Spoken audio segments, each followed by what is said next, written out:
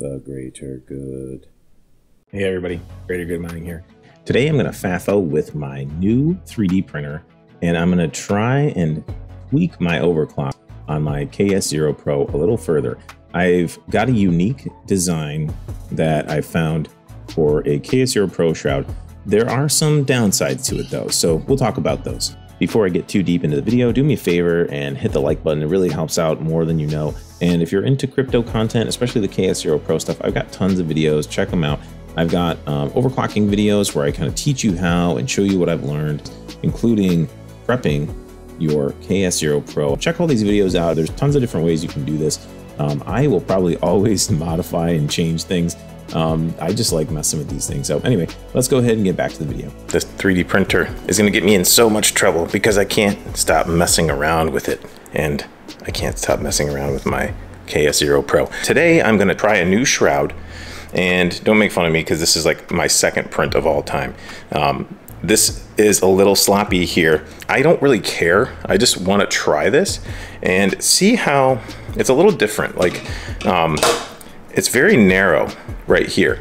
And I want to concentrate the air from my AXIAL 1238 right down the middle across those copper heat sinks that are attached to the power stages. This is my bottleneck. Those power stages are the bottleneck. And I had my fan attached to the top. You've seen, if you've seen my previous videos, you know, like I had a fan attached to the top and I had a shroud pushing air through the side, and it worked really good. I was up to 345 gigahash, and that was with my buddies at the meter box. Their shroud, just a single shroud on the side and a fan on the top. But what I'm finding is the fan on the top might not be necessary. The fan on the top cools these fins off, cools the heat sink, and that cools the chips, but the chips were actually getting too cool. So what I need to do is let the chips be a little bit warmer, and I need maximum airflow over those power stages. The design of this shroud, I just need to be able to attach it to the side of the KS0 Pro, let that concentrated airflow go right down the middle over those fins, and then hopefully cool the power stages and hopefully let the chips warm up. And that is optimal for the KS0 Pro. So today I will be using, of course, my meter box to see how the wattage is going. I've already kind of had this dialed in before, so I'm probably going to use the same settings as my previous video and then just see if I can dial it up and just watch the temperatures a little bit. So I've also got my Kaspa Tangent wallet, and if you want 10% off a Tangent wallet, I'll leave a link in the description, and here's my discount code on the screen. It helps the channel out if you guys use these links. That's cool. If you don't, no biggie. I just want to show you what I'm doing. Amazon affiliate links to the fan, the power supply, all the stuff that I've used to make this happen. So let's go ahead and attach the shroud and just see how it goes. Okay, I've got the 3D printed shroud mounted to the side, and if you want to know how to do all of the prep work to overclock your KS0 Pro, I've got a HOTROD YOUR KSO PRO video, and I'll leave a link at the end on the card that you can click on in the end if you want. It will show you how to repad your KS0 Pro. It'll show you how to repaste your chips. It'll show you how to attach copper heat sinks to the power stages. Those are the things that are the bottlenecks. And I also have another overclocking video where I use PBFARMER's overclocks to overclock this thing to 345 gigahash. I also show you can mount these internal fans to the outside. That's helpful because you want that airflow down the middle. And I wanted to point this out. I don't know if you can see. Yeah, there we go. This shroud blasts that air right down the middle. You can even see the fins. This air should go right over those power stages, right down the middle, and it might allow the chips to warm up a little bit because I'm not going to blast air down at the heat sink. So all this hopefully will add up to better cooling for the power stages and maybe even a little higher ability to overclock. Now, one thing I want to point out about this is this design is blowing from the barrel plug side, but it does not cool the barrel plug. The barrel plug is right there. There will be no extra airflow going over that barrel plug. So that's a little bit like I'm a little concerned about that. That's why I do like the meter box's shroud. This design has a built-in like hole that you can put the barrel plug through, and then it will cool the barrel plug and everything. So I like this design. You can buy it from the meter box, or you can also download for, I believe, $2.99 the STL file if you have your own 3D printer. So this is a really good design. I just wanted to try this one out today because I needed an excuse to use my 3D printer. Let's go ahead and mount the fan, and then we will see how things look. We'll see how hot the barrel plug gets too. I'll get my thermal imaging camera out. All right, there it is. Let's get it all plugged in, see how it does.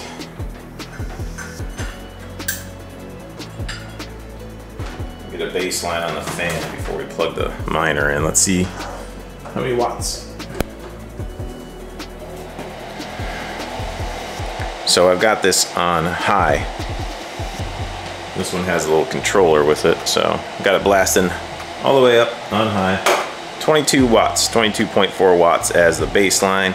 So let's go ahead and plug the miner in and see what happens.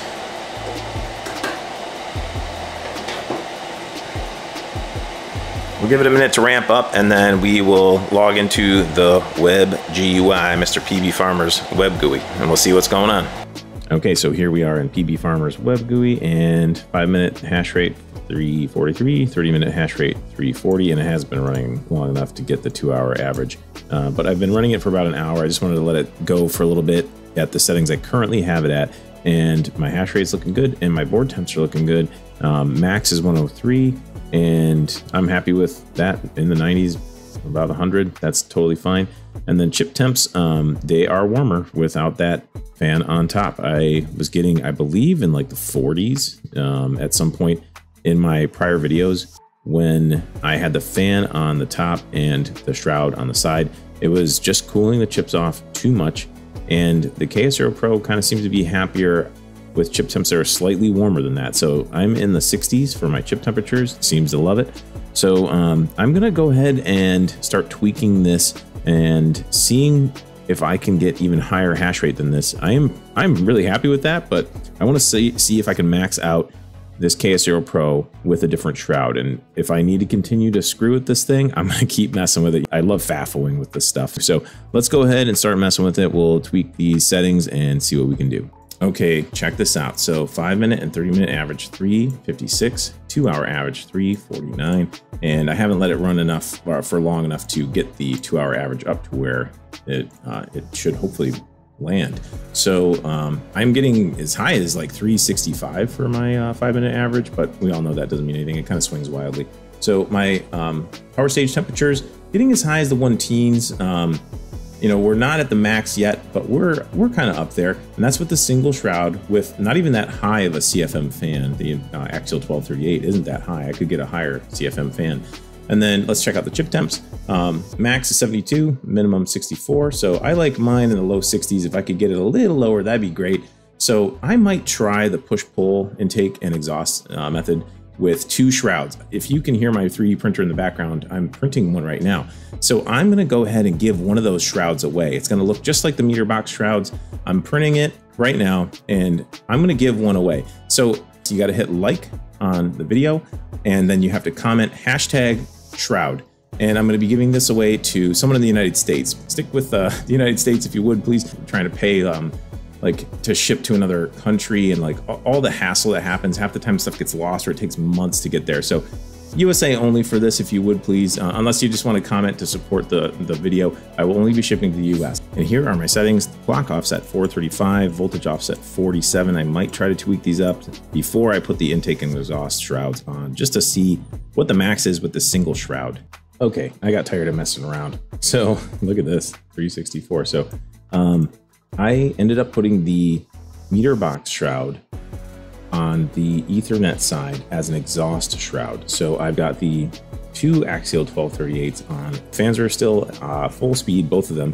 And check out the temperatures, how quickly they dropped with that exhaust shroud on. So I went from max temp on my chips from 70 to like 58. So it might be still a little bit too cold. That was kind of like what I was saying in the beginning of the video. So I might end up turning the fans down a little bit. And then my power stages. So they went from around, I don't know, they were chopping around in the low 100s, as high as 111 and around 105 kind of mostly. So they went down to 93, as low as 83. So the exhaust and the heat sinks, that additional exhaust fan, made a big difference for the power stage temps. So what does that mean for hash rate? So far, it seems to be wanting to go up. So I'm going to watch this for a little while, and I might tweak the fans down so I can kind of get the chip temps where I want them to be. And I'll just keep playing around, just see what happens. So stay tuned. Okay, so while we're waiting for the overclocks to do their thing, let's get the Predator out, the thermal imaging camera. We're going to take a look at the KS0 Pro's heat, and we'll look at the heat sinks, and we'll look at the barrel plug. That's what I'm the most interested in. So this can be concerning if you're using a lower voltage power supply. I'm not as concerned because I'm using my laptop power supply. It's never really been a problem for me, but since I have it overclocked to the max, we're pulling more wattage, we do have to be careful. So let's take a look at it and just see what it's doing.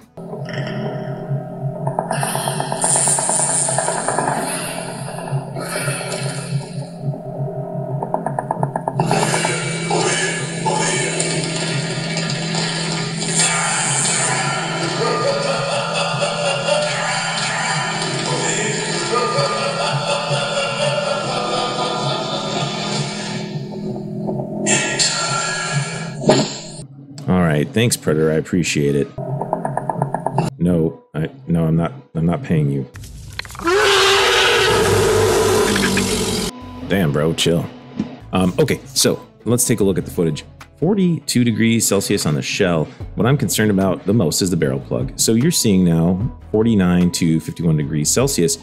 I touched the barrel plug and I checked to see if it felt hot. It doesn't feel that hot to me, but what does that really mean? You guys tell me what you think. Is 50, 51 degrees Celsius too hot, or are we good? I'm not cooling this with anything. It's just sitting out in the open, just like it normally would without the shroud. So you tell me what you guys think. Okay, so we gave this some time. We tweaked some things. We let the Predator take a look at it, and I am pretty happy with the results. 363 gigahash for the 30-minute average. 5-minute average 357. I've been getting as high as 372 for a pretty good amount of time. That's awesome. It hasn't been running long enough to get a full 2-hour average, but I'm still pretty happy with that 2-hour average. So that's awesome. But there are some downsides to this shroud, and I'll leave a link to the STL file where I downloaded it from, so the person that made this shroud gets credit and everything too. And that way you can try it if you want to. But there are some things, I gotta be honest, I'm not sure if I like about the shroud.